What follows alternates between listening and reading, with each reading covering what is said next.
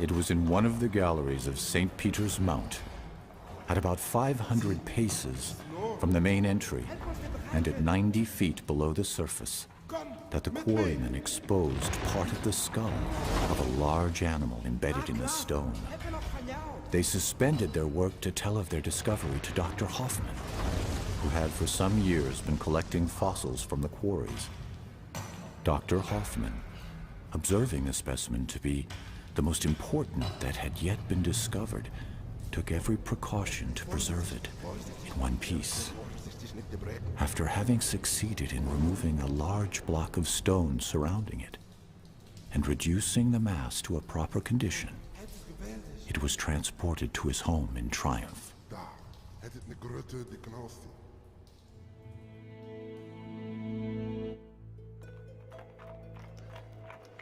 25 years later, after the occupation of Maastricht by the French Revolutionary Army, Le voilà enfin! Le voilà enfin! Messieurs, je vous en prie, portez the famous fossil shows up one cold winter night at the National Museum of Natural History in Paris.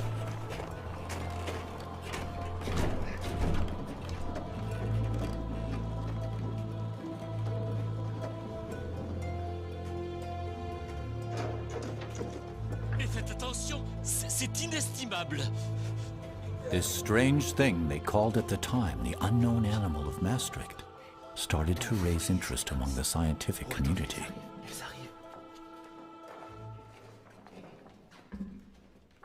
Allons, allons! Encore un effort! Sur la table! En douceur! Allez, messieurs, ouvrez-moi cette caisse. Oui, oui, c'est cela, ouvrez la caisse. Mais faites très, très attention. Messieurs, en même temps. What they discovered that night looked unlike any known living creature.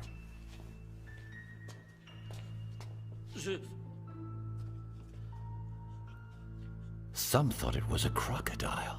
Je crois que c'est un Others crocodile. believed it to be a whale. Ce doit être plutôt Neither the shape of its teeth une baleine. nor the size of the jaws Regardez ses dents. helped them to determine its true identity. Mais c'est beaucoup trop gros pour un crocodile. Alors qu'une baleine me Back semble then, beaucoup plus appropriée. that is 40 years before the discovery of the first dinosaur. Nobody had ever thought that thousands of species could have lived and disappeared in a distant past. Maxillaire supérieur et la maxillaire inférieure. Je vous en prie. Monsieur le But everything was about to change.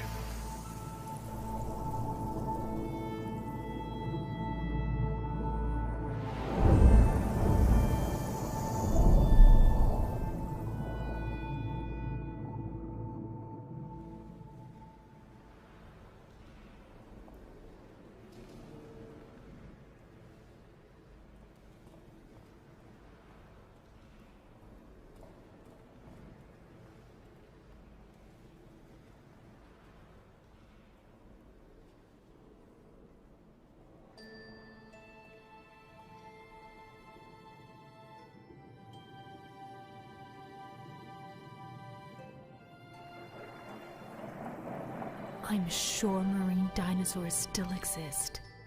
My apologies for intruding upon your thoughts, mademoiselle. But strictly speaking, only reptiles that walked on dry land are called dinosaurs. If they lived under the water, they are called marine reptiles. And they all disappeared a very, very long time ago. What happened? You'll see, Julie.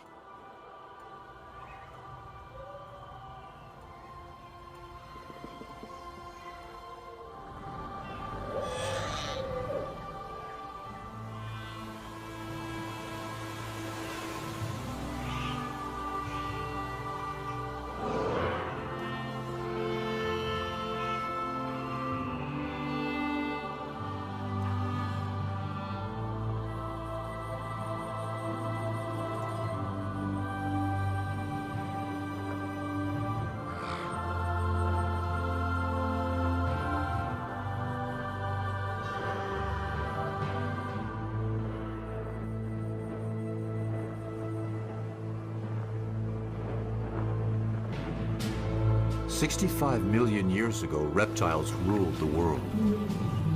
On land, in the air,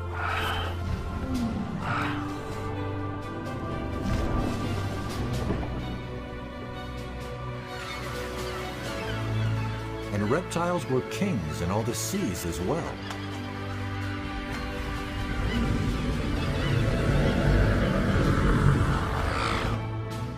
But then came a great cataclysm from outer space. An asteroid 12 miles in diameter struck the Earth.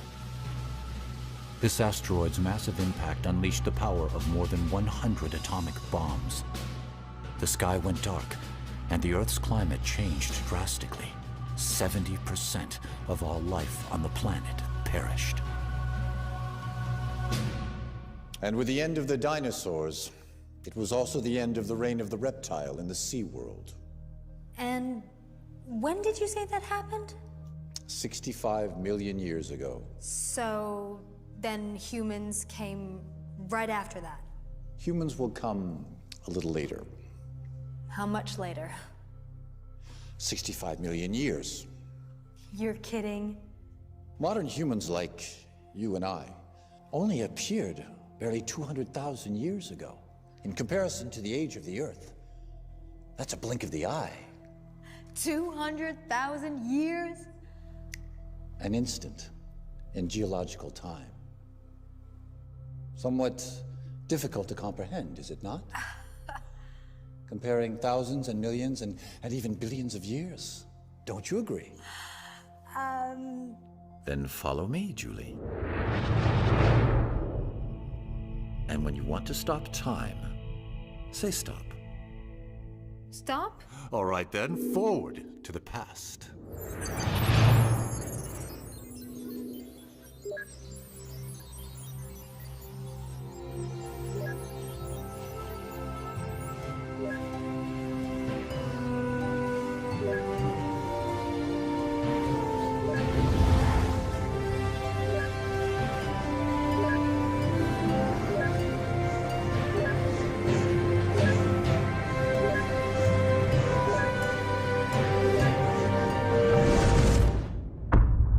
Now, let's start slowly, from the beginning. Earth forms 4.5 billion years ago. Then life appears but remains microscopic for 3 billion years. In this time spiral, only the last turn interests us. That leads to our time. Let's consider this as a 12-hour clock. 540 million years ago, at 2 o'clock, the primary era begins. Life grows and evolves in every environment. At 7:30, the secondary era, or the Mesozoic, begins. It is the age of reptiles. Including the famous dinosaurs. Yes, as well as flying and marine reptiles. The next and last era, the Cenozoic, is the age of mammals. On this clock, Homo sapiens, our minuscule species, appears just 8 seconds before 12. The Mesozoic takes place between the two major ecological crises that led to the extinction of many species on Earth, the largest at 7:30, and the last right there at 10 to 11. That one caused the extinction of the dinosaurs and large marine reptiles. But how did it start? Well, first, you'll need a microscope. Life on Earth starts in the water as bacteria 3.5 billion years ago. Slowly, this microlife evolves. Then, 650 million years ago, life becomes visible to the naked eye, soft-bodied organisms. The following 400 million years bring with them an explosion of life. New morphological forms appear, reaching considerable sizes.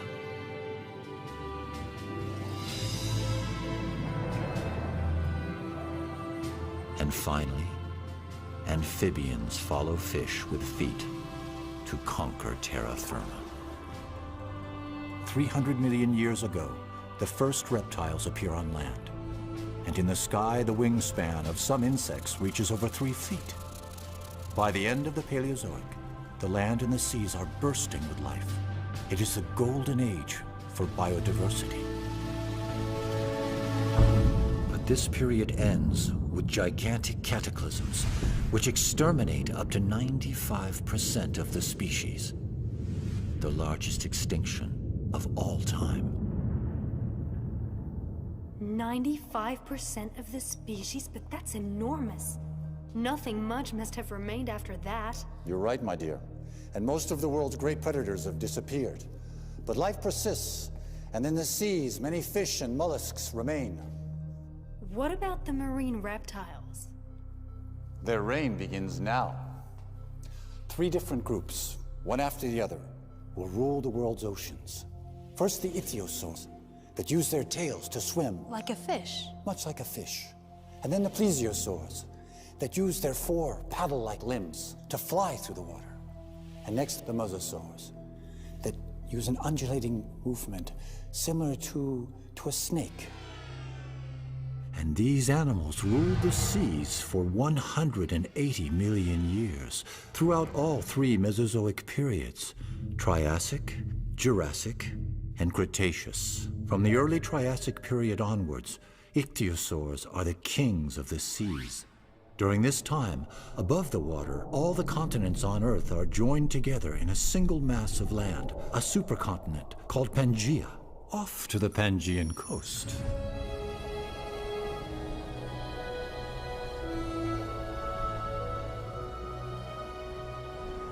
Switzerland?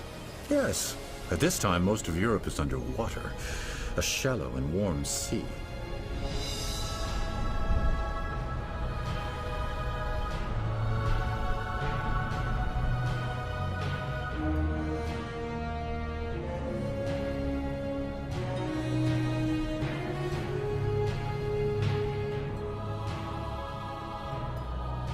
In the Middle Triassic, it's hot and dry on land with little to eat.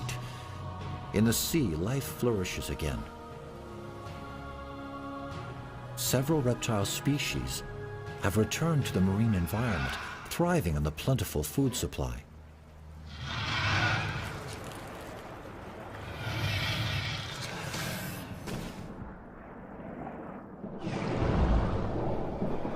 The Tanistrophes hold a world record.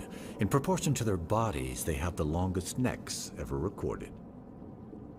With his flat teeth, this placodont mostly eats seashells and mollusks.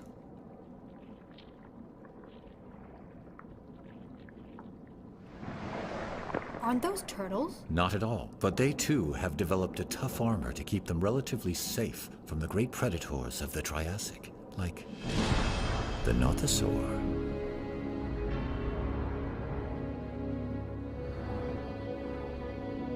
Over 13 feet long. Very dangerous, and an excellent swimmer. But it is no chance of catching up with a Mixosaurus. It looks like a dolphin. Except it's a reptile. Like marine mammals today, it too must come to the surface to breathe. It belongs to the large group of ichthyosaurs, which will rule the seas for some 150 million years.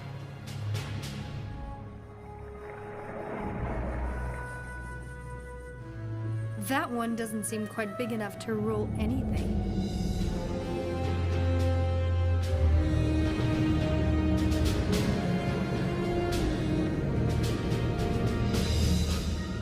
There are also some very large ichthyosaurs, some measuring up to 75 feet long and weighing 50 tons, like the Shawnosaurus, the biggest of them all. Wow. Like all ichthyosaurs, it lives in groups and mainly eats mollusks and small fish.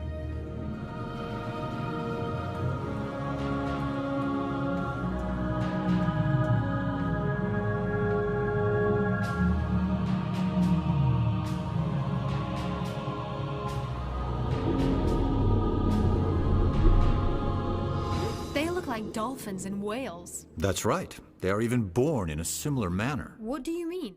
Well, let's hear from an expert. the paleontologist Ryosuke Motani. He has just finished studying some very fine specimens from a famous fossil site in Germany. Many ichthyosaur fossils have been found at Holzmaden with their bones intact, and even with the imprint of the skin on the rock, which helped us to know the position of their fins. Some ichthyosaur fossils are so well preserved that we can actually see fetuses inside the mother's bodies, and some even being born. Unable to get out of the water to lay their eggs like other reptiles, ichthyosaurs gave birth in the water. The babies came out tail first, like dolphins today.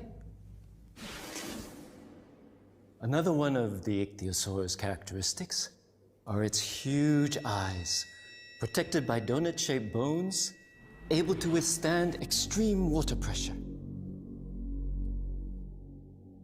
A Jurassic ichthyosaur, the Ophthalmosaurus, stands out in the animal kingdom as having the largest eyes in proportion to its body. With these enormous eyes, it could make out its prey in the darkness of great depths.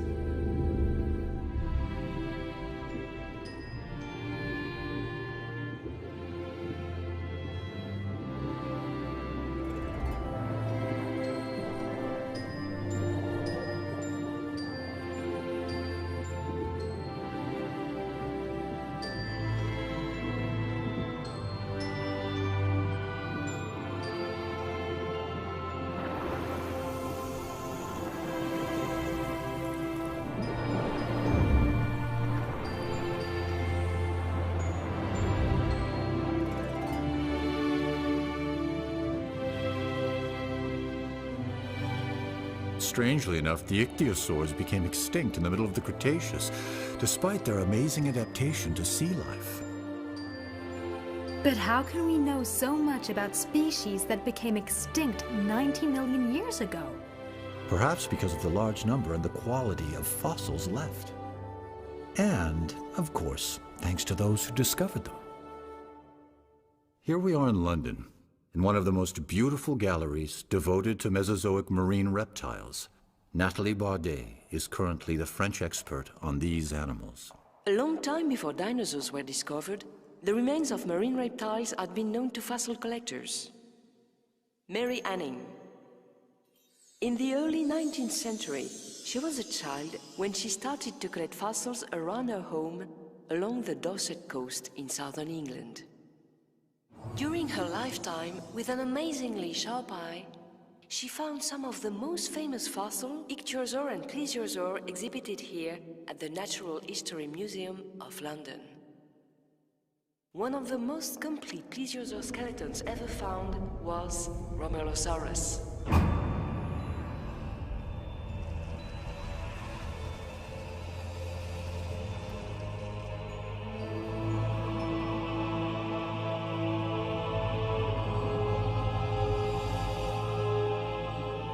This early Jurassic predator was a powerful swimmer.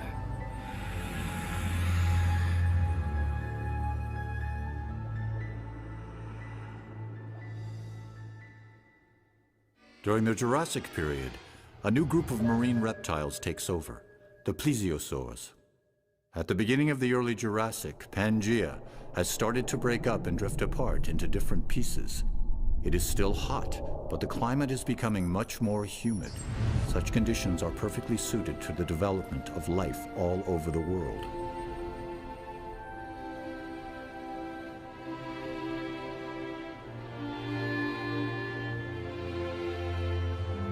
Now, this sure seems more pleasant than the Triassic did.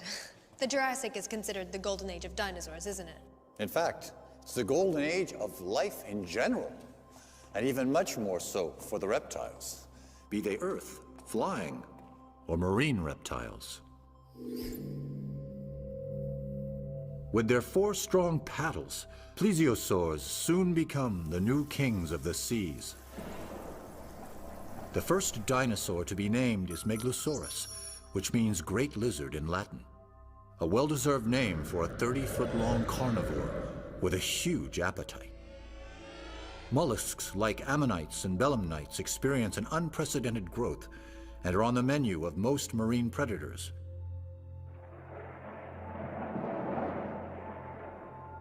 By the late Jurassic, some animals reach record sizes like the Brachiosaurus, over 100 feet long, and can weigh more than 6 elephants. Godzilla, that is the nickname given to this large marine crocodile discovered in the Andes. With large bony plates on its back, the Stegosaurus, a 3-ton plant eater, is a contemporary of the very first birds.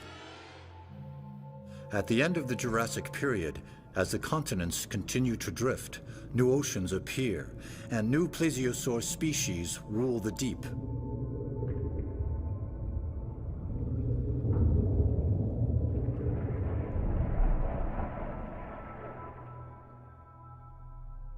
The Liopleurodon is most likely one of the largest ocean predators of the Mesozoic, measuring 49 feet or more. That big? Here, this is one of its teeth. It's for you.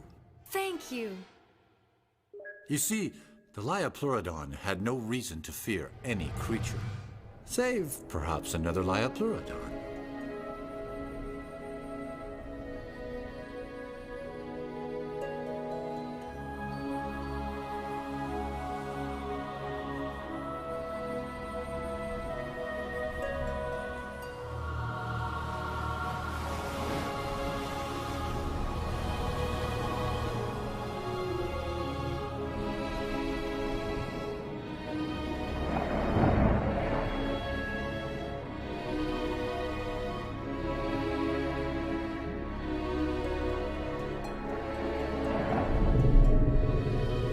Here is a pair of Liopleurodon.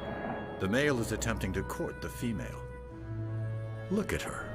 50 feet of sheer muscle, 4 deadly paddle-like limbs, and jaws about 10 feet long that hold teeth, even bigger than the one I gave you.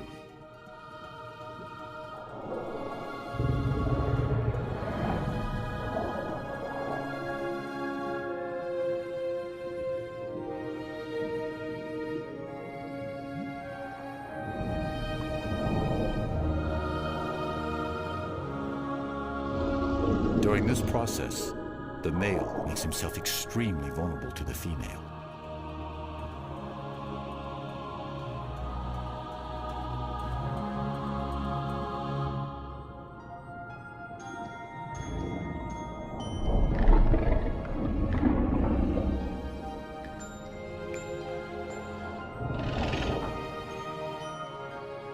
It seems to have worked.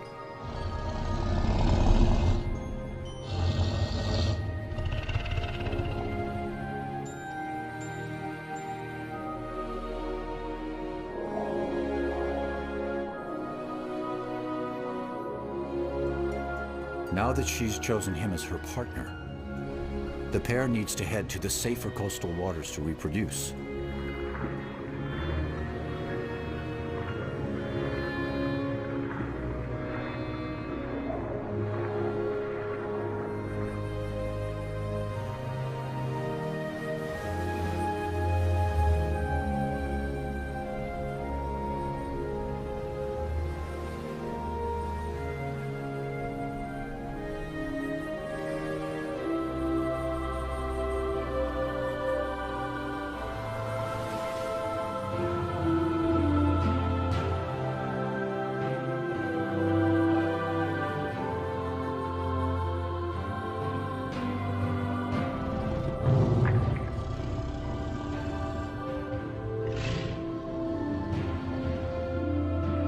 Like sharks, the male Liopleurodon holds on to the female while mating.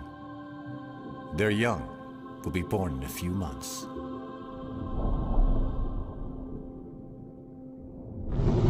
What happened? It seems that upon separating, she has accidentally injured his eye. The pain has made him lose consciousness for a while.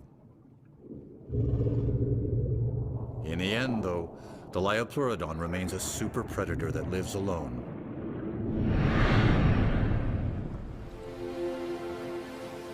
At the end of the Jurassic era, its territory spanned from Europe to South America. Here we are with Zulma Gasparini, who discovered the marine crocodile nicknamed Godzilla in the Andes. People believed for a long time that the world had always been the same as it is now. And it was only in 1915 that Alfred Wegener, a young German scientist, put forward a revolutionary theory he called the continental drift.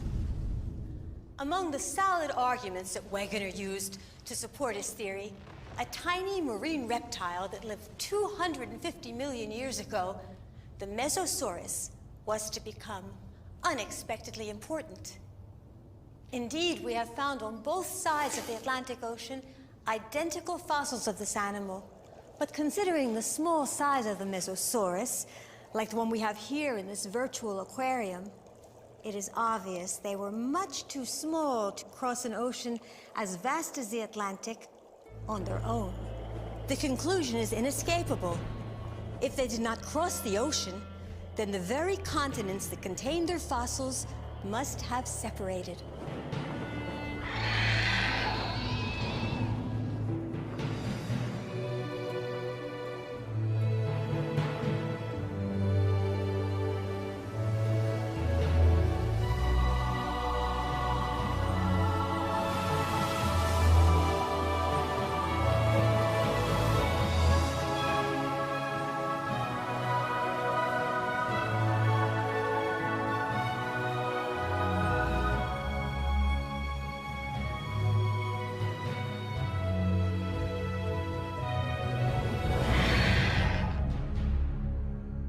The Jurassic was the age of giant animals.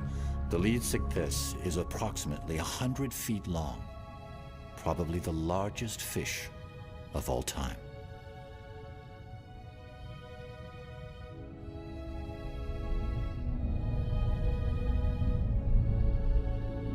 What are these long-necked plesiosaurs called? Those are elasmosaurs. They're gulping down gastroliths, stones they swallow in order to help their digestion. So, what do they actually eat? Mollusks and a lot of fish, judging from their long, sharp teeth.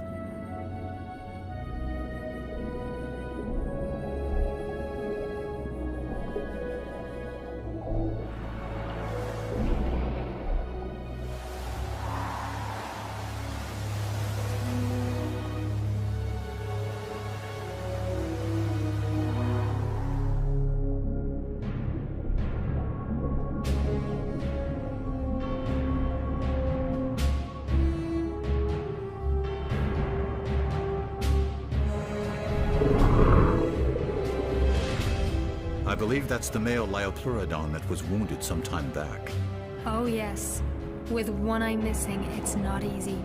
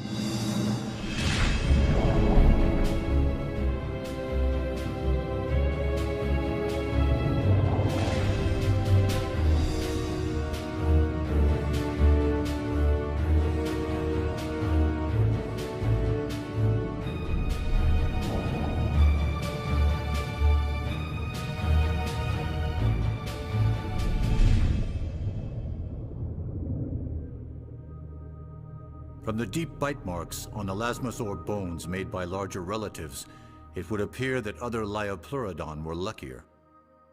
30 million years later, Kronosaurus took Liopleurodon's place at the top of the marine food chain. Kronosaurus remains were first discovered in Australia during the 1930s. A 13-foot-long skull with 10-foot jaws, armed with dagger-like teeth.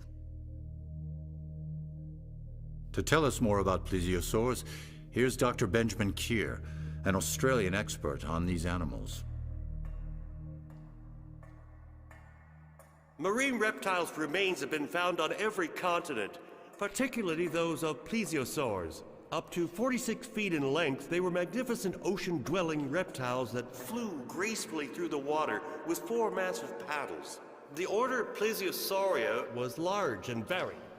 It's been broadly divided into 2 superfamilies based on their overall body structure. Some of them, thanks to their large heads and powerful short necks, were the super predators of their time, like Kronosaurus. Others were the complete opposite, with tiny heads at the end of extra long necks, such as Elasmosaurus.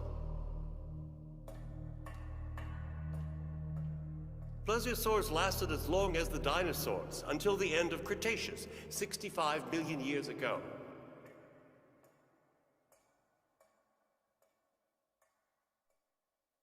The late Cretaceous is the very last period of the Mesozoic era, and it is the age of mosasaurs. The land masses of the Earth have nearly reached their present positions. The interior seas of the Americas retreat, but Europe is still partly covered by shallow waters.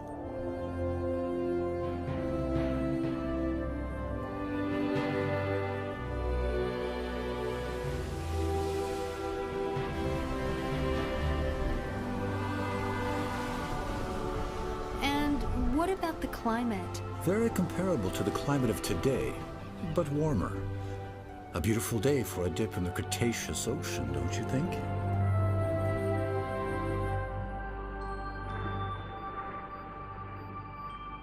As has been the case for millions of years, mollusks are still a favorite meal for most predators.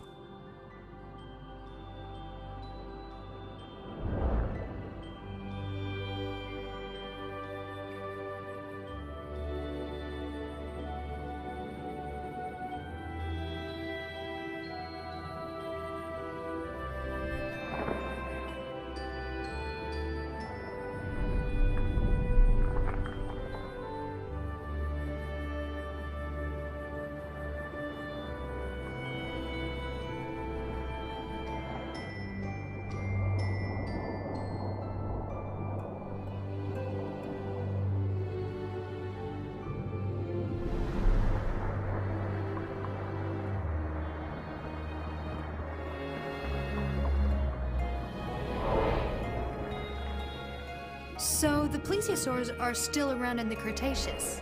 Indeed, there are some, but they are no longer at the top of the ocean's food chain, a place now disputed by the 2 greatest predators of this era. In this corner, the largest fish of the Cretaceous, a 23-foot-long shark.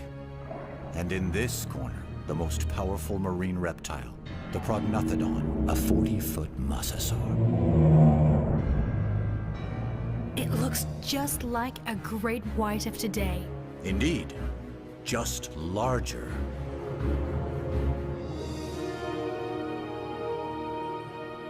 But the shark is never going to measure up to that. We can't be too sure. You see, it has a distinct edge over its opponent. The shark doesn't need to come up to the surface to breathe, so...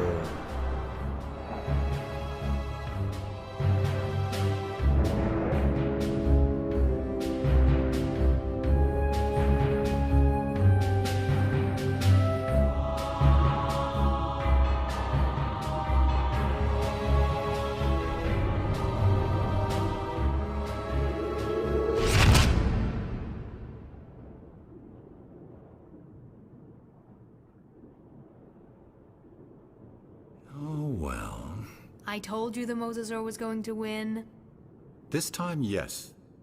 But it wasn't always the case. We've even found shark teeth embedded in mosasaur bones. So the sharks did get their teeth into them from time to time. By the way, wasn't it a mosasaur that was found in a mine back in the 18th century?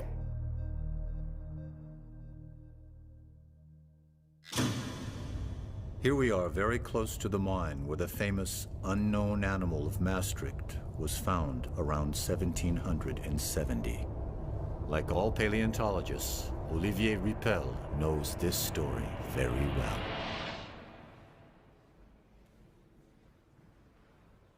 In 1795, when the fossilized mosasaur of Maastricht arrived in Paris, Georges Cuvier was a young 26-year-old anatomist who had just started working there at the Museum of Natural History.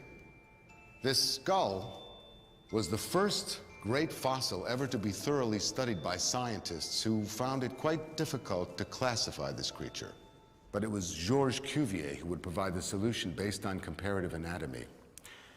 The reptile from the Meuse River, the mosasaur, was a giant sea lizard, a close relative of the monitor lizards. But this species became completely extinct before the dawn of time. And so, the mosasaur helped to support Cuvier's hypothesis that several universal cataclysms occurred on Earth in the distant past.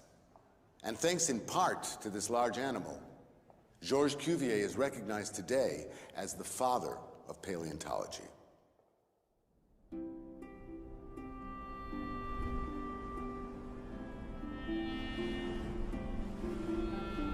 At the end of the Cretaceous, the interior seaway running through the middle of North America had not yet completely disappeared.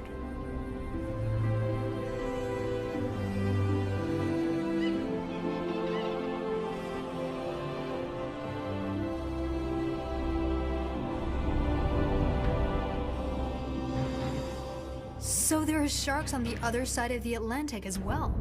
In addition to marine reptiles, they are found in all the oceans. Contrary to dinosaurs, marine animals don't have any borders.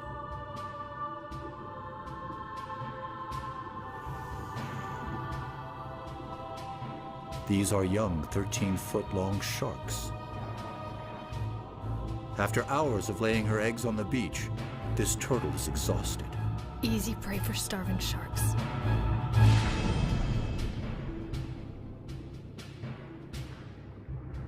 Ah, but they are not alone. A mosasaur.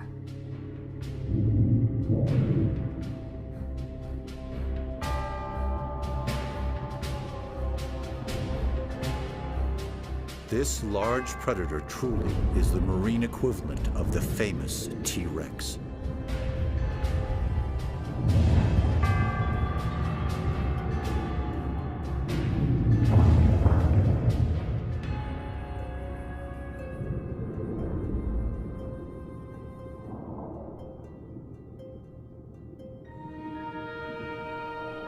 The mosasaur will become the last ruler of the ancient seas.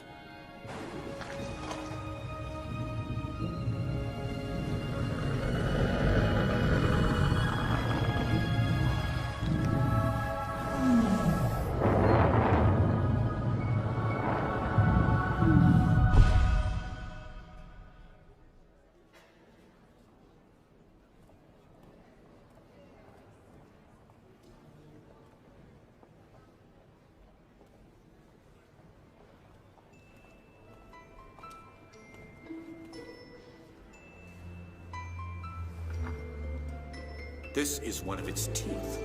It's for you.